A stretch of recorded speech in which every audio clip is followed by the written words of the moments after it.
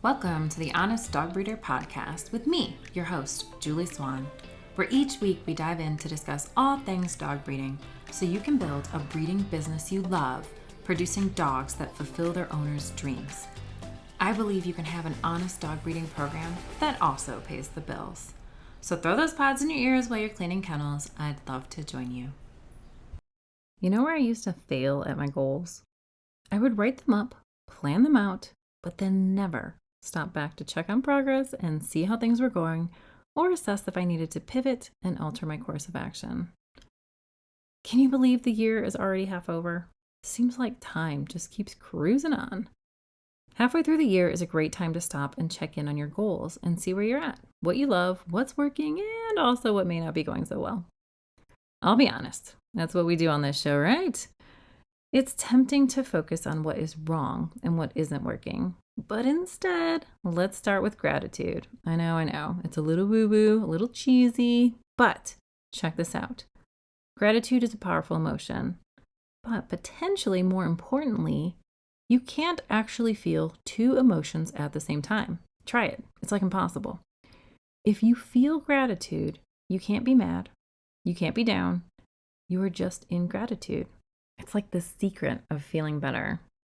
Okay, so beyond the woo-woo, it's important to see what went well in your goals. Did you find it really easy to get your website built? Did you find it easy to switch your dog management routine and create more time for yourself? In entrepreneurship, they always talk about all the hats you have to wear, the different jobs. Not sure why they call them hats. I don't recall there being a special hat for any position. Anyways, you'll probably find that you are better at accomplishing certain jobs over others. For me, it was really easy to build the website stuff. I mean, not easy, but I didn't hate it. It was kind of fun, even though I wasn't exactly fast at it. It's really important to take a look at things that are easy for you. Those are probably your strengths, and so we should note these things so we can capitalize on them. Go through your goals and make a mark next to them. Is it accomplished? Is it started? If it is ahead or behind of where you thought you would be at this point in the year. If you nailed it, wonderful. Great work. You should probably celebrate with your favorite coffee tomorrow. Now, if things haven't exactly worked out as you thought, then let's figure out why not. Before we dive into tactics, I want to make a quick note. We entrepreneurs have a tendency to beat ourselves up for our failures, but it's a waste of precious time and energy. Just like being in gratitude prevents you from being in other emotions, if we are mad at ourselves or depressed about our progress, it makes it really hard to enjoy the journey. And well, dog breeding is a journey, as it's certainly not a destination. If you tend to beat yourself up like I do, consider shifting away from that and channeling that frustration into something productive. I feel the best way to recover from a mess up, mistake, or failure is to proactively fix it, or at least understand why it happened, so you can work to prevent it next time. Let's discuss some common pitfalls in goal setting and execution and how to solve them going forward. The first pitfall is you don't know how to tackle it. You might be struggling with this in your website, for example, or social media. Maybe you know you want to build a website, but you aren't sure how to do it, what software to use, how to use the software you do have. Maybe you aren't sure what should be on a website. Often we write down goals that represent an outcome, like build website, but we don't know how we are going to do it. When this is the case, you'll find you probably have sat down a few times to start doing it, but haven't had any luck getting anything done. You've caught yourself sitting and staring at the screen, and you aren't sure what to do. If you are in this boat, maybe the goal should be to spend a little time learning how. So maybe the to-do list needs to include decide which website builder to use, or learn how to use the drag and drop builder, or whatever it is you decide to do. Maybe you know how to build the website, but you aren't sure what to put on it, the pictures you need, or what you need to write on the page. If you're in this camp, please download my 5 pages every breeder website needs checklist. You can get it at honestdogbreeder.com/website. The next potential problem is you don't know when it's done. It's not a clear-cut goal. Have you sat down and looked at your list and thought, well, I've been working on that. I don't think it's done, so I can't check it off, but I have done some stuff, so I'm making progress. If you're in this boat, it's possible that you didn't write down a clear objective in your goal. For example, if you just wrote, get in shape, well, when are you done? You have no idea. In fairness, we're all in a shape all the time. So when have you accomplished it? The Army loves SMART goals, and that's an acronym. The Army is all about acronyms. It sounds like a foreign language when you first join. Regardless, you've probably heard of SMART goals before. SMART stands for specific, measurable, achievable, relevant, and time-based. Specific means the goal is articulated. You wouldn't want to pick a subjective goal. For example, if you wanted to be the best rat terrier breeder, what does that really mean? Best for who? What makes you the best? Most puppies sold, prettiest colors, highest price, sold out? Best is simply not specific enough of a goal. A more specific goal would be, I want to have homes for all of my puppies by the time they are 6 weeks of age. Specific often rolls into measurable. The measurable aspect of a goal is to define what criteria will prove you did or did not meet your goal. In the above goal, specifying that we want to have all puppies sold by 6 weeks of age is measurable. If we sell them all by 6 weeks of age, we made our goal. If we didn't, then we didn't meet our goal. You could also say that you want to get through 2 modules of Dog Breeding 101 each week for 6 weeks. This would be something that's easy to track and you can measure the progress. Achievable is where you have that reality check with yourself. Is this feasible in my situation? For example, if you say you want to sell 20 puppies, but you only have 1 female, that's probably not achievable in a year, unless she has tons of puppies each litter. It also isn't something we have tons of control with. You can't exactly scold your female for only having 8 puppies in a litter instead of 10. It also doesn't make sense to say you'll be able to cover all your household bills with the dogs when you only have 1 female. Another way to think of achievable is realistic. If it isn't realistic, then there is no need to put the goal on there. Next, is it relevant? We know breeding programs are like Rome. They aren't built in a day. So it's important that our little goals are branches of a bigger picture, what we'd love our breeding programs to eventually become. However, sometimes our little goals don't actually help us achieve a bigger goal. We think they're a part of it, but they're actually taking us off track. How might this happen? Well, it can happen so easily. You might want to build a social media presence, so you set yourself up a nice, specific, and measurable goal of getting 1,000 followers on your Instagram account. So you post things and try popular hashtags, and you start growing your following.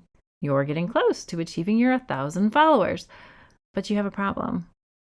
They aren't following you for the right reasons. They're following you for cute puppy pictures with no intention of ever buying a puppy. You might hesitate to post a picture of the reality of living with your breed of dog because it won't be cute, but it would be really helpful for your ideal puppy buyer. The goal of 1,000 followers on Instagram wouldn't be helpful in achieving your bigger breeding program goals. It might make sense to make the goal of getting 4 puppy inquiries a month from social media, or an average of 4 over the course of the year. This goal is much more relevant to your breeding program since it shows people are taking action toward becoming a buyer. I'd rather you have 100 followers and sell all your puppies than 10,000 followers and struggling to sell all your pups by the time they're 8 weeks old. Lastly, there's time-based. You need to have a deadline, especially if you have the procrastinator gene like I've struggled with. You need to have a reason to start something and a reason to push to accomplish it. Adding a time limit to your goal gives you the gentle kick in gear. In the previous example of getting 4 inquiries a month, it might be unrealistic to have this in the first month, but it might be more realistic to say you want to be averaging 4 inquiries a month by the end of the 8th month of doing social media. If you want, I made a cheat sheet for the SMART goals. It's at honestdogbreeder.com/48, just the number 48. Beyond SMART goals and not knowing how and not having a clear-cut goal is sometimes we don't have the right priorities. This is related to the relevancy part of SMART goals, but really plays into how our goals align or compete with one another. It sucks being uncomfortable. You can feel that inner anxiety. You know there are things you should be doing, but they're stressful. Like that stack of papers in your office you need to sort, or knowing you need to start your website, but it feels like such a big task. You may find yourself trying to find comfort in other things that are more comfortable. For me, cleaning the dog kennels is something I have to deep clean each week. It's relatively comfortable. I know what I'm doing. I have the right stuff. It's a nice time to catch up on some podcasts. Writing emails is a pain in the butt. It takes longer than I wish. I sometimes find that I jump into cleaning the kennels because it's comfortable, when I really should delay the kennel cleaning an hour so that I can write the emails up. You might notice there are things that you'll always do, like putting the dishes away at night before going to bed. Sometimes we will do these things early when we should probably do the difficult things first so we get them out of the way. I have an Airbnb, and I know that no matter what, I will get the place cleaned up by check-in time at 4 p.m. I can start it at 12 or I can start cleaning it at 2, and I will still get it done by 4. The problem is if I start cleaning at 12, I will take my time, deep clean extra things that aren't necessary. Sometimes I end up wasting time if I go there early to clean. In truth, I need to delay when I start so I can use that earlier time to accomplish something else. I had a boss back in the day who used to say, "The task will expand to the allotted time." Turns out that adage is called Parkinson's Law. What it means is that if you give yourself a week to do a job, then it'll take you a week. Yet if you give yourself a month, then you'll find a way to make it take you a month. If we can be aware of this tendency and back up some standard tasks to necessary things, then we can maximize our time and effort. For example, if you wanted to go out to dinner on a hot date, then you could probably clean the kennels in time to do that. But if you didn't have the hot date to get to, well, it might take you a little bit longer. Other times we get stuck in a pattern of doing things, but they aren't the things that are moving us forward. You ever notice that if you write down build website on your to-do list and feed the dogs on the next line, it's as if both items are of the same importance, the same difficulty, the same time investment. Yet we both know that feeding the dogs is like 15 minutes, while building the website might be like 15 weeks. When you're looking at to-do list, do you catch yourself doing all the easy ones first because you get to check them off and get that dopamine hit? I do. Sometimes I'll do a task that wasn't on my to-do list and I'll add it to my to-do list after I finish it just so I can cross it off and feel good about it. It's human nature to do this, but it doesn't exactly help us get those big items knocked off the list. If you see the big items lingering week after week, then maybe it's time to figure out why. You can ask yourself, is something in the way of me accomplishing this? Maybe you want to put a lot of information on your website so buyers can read that, and you won't have to send out long emails. But instead of setting that up, you end up spending all that time writing the emails out because they feel urgent, and you never sit down and write up the page for your website.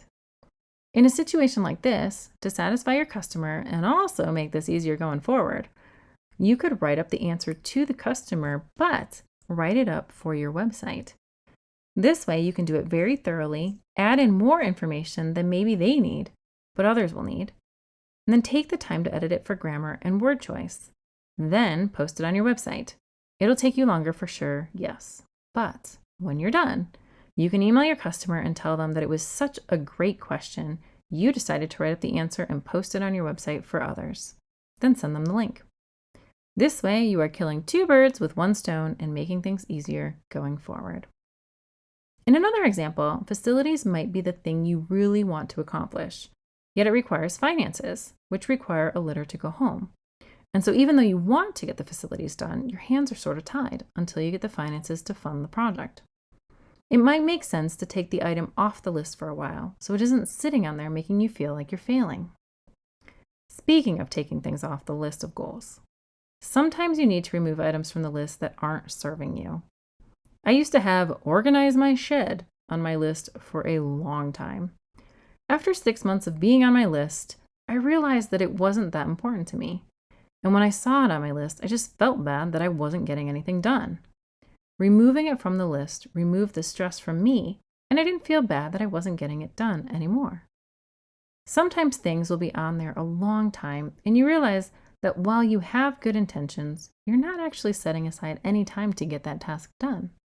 The real reason it isn't getting done is because you aren't giving yourself the resources to get it done. It'd be similar to sending someone to clean the kennels without any cleaning products or tools. When you find you're never getting a moment to work on it, you need to sort out why. Generally, a task that you've made no traction on will fall into 4 categories. 1, you didn't set aside any time or didn't have the resources. 2, it isn't as important of a priority as you thought. 3, you don't know how to execute it. Or 4, it's uncomfortable and so you aren't taking action on it. Goal setting and execution aren't as easy as people often make it out to be. It's not like on kids' shows where they're like, set a goal and make it happen. That's like the subtitle of a 300-page book on goal setting and execution. If you're struggling with your goals, I hope this gave you a bit of insight as to where to make the changes, and an understanding that you are certainly not the only one. Just understanding where the hiccup in your execution is coming from can be helpful to getting yourself back on track. I've had all these blocks numerous times in my life, and I'm sure I'll have them all again.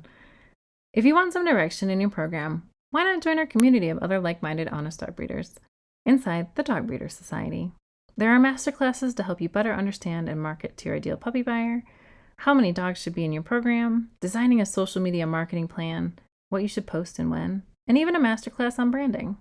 Of course, the breeders inside the Dog Breeder Society are amazing. I may be a little partial, but I really enjoy everyone inside, and I'd love to see you there. The Dog Breeder Society is just $35 per month. Doors will close at the end of August and won't be open again until November. I can't wait to see you inside. You can learn more about the Dog Breeder Society and join at honestdogbreeder.com/yes. Thank you for joining me for another episode of the Honest Dog Breeder Podcast. With me, your host, Julie Swan. I wish we were sitting on the back porch with an iced coffee and a notebook working on our goals together. Don't forget to grab the cheat sheet on SMART goals at honestdogbreeder.com/48. Thank you again, and I can't wait to see you in the next episode.